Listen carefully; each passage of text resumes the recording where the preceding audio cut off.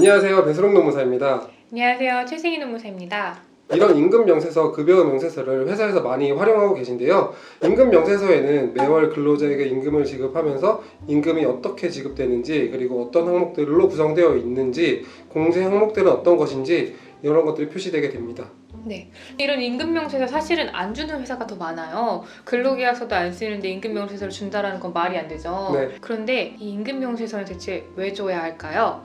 오늘은 이 임금명세서가 왜 중요한지, 어떤 역할을 하는지 이러한 점에서 좀 살펴보려고 합니다.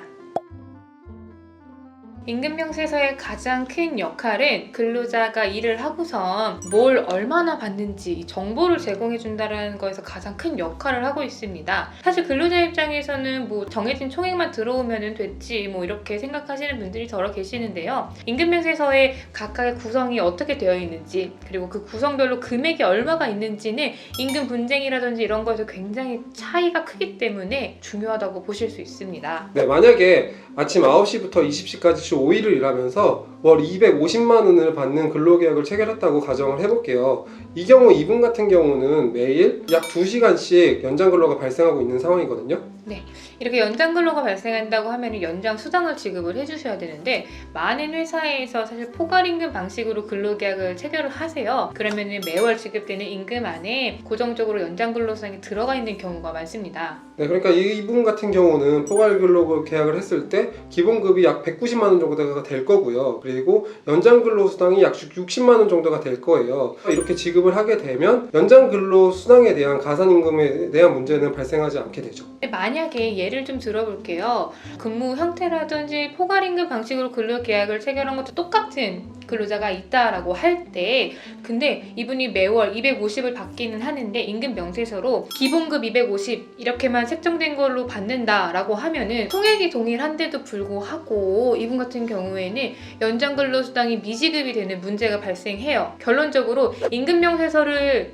조금 다르게 교부를 한다는 것만으로도 동일한 임금을 주셔도 임금 체불 문제가 생길 수 있다는 점이기 때문에 임금 명세서 굉장히 중요하다는 거죠. 네, 근데 사실 임금 명세를 이렇게 지급하는 회사 많지 않잖아요. 그리고 나 근로계약 체결하기도 싫다, 그냥 월 350만 원 지급하면서 여기에 다 모든 것이 포함된 걸로 하고 싶다, 이런 거 잘 모르겠다, 이렇게 할 수도 있잖아요. 이런 분들이 많은 것도 사실이고. 네, 그쵸? 다 모르겠다 그냥 그렇게 주시는 경우가 많은데, 사실 이 경우에는 일단 근로계약서를 안 쓰셨으니까 계약서 미작성으로 문제가 되는 건 당연지사일 거고요. 계약서도 없고 임금 명세서도 없고, 그런데 매월 고정적으로 350만 원을 받고 있다는 사실은 있고, 만약에 이 근로자가 연장 근로가 계속적으로 발생하는 분이었다라고 하면은 이 350만 원 전체를 기본급으로 간주를 하게 돼요. 그러면 이제 미지급된 연장 수당에 대해서 플러스 알파의 수당이 지출이 될 위험이 있는 거죠. 사실 350만 원이라는 금액 자체는 굉장히 큰 금액이에요. 회사에서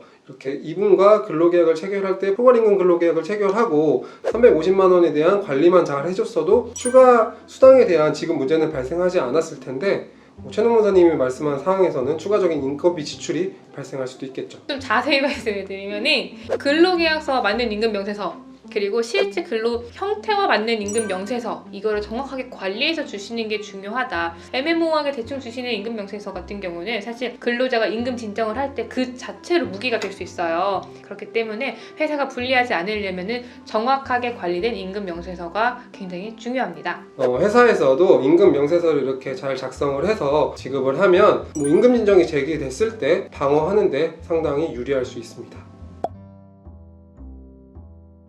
현재까지 회사에서 임금명세서를 교부할 의무는 없어요. 현재 근로기준법에 사용증명서라고 하면서 근로자가 임금에 관한 사항을 증명서를 요구를 하면은 회사는 이를 교부해야 된다는 의무가 있기는 한데, 사실 이 임금에 관한 증명서가 임금명세서라는 의미는 아니고요. 임금의 전체적인 수준에 대해서 파악할 수 있는 자료라는 게 고용노동부 입장입니다.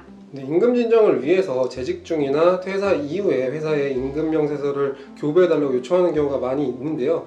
이 경우에 이거를 반드시 지급해야 되나, 그런 것들을 문의 주시는 경우가 굉장히 많아요. 근데 고용노동부 입장에 따르면 사실 지급할 의무는 없다는 거죠.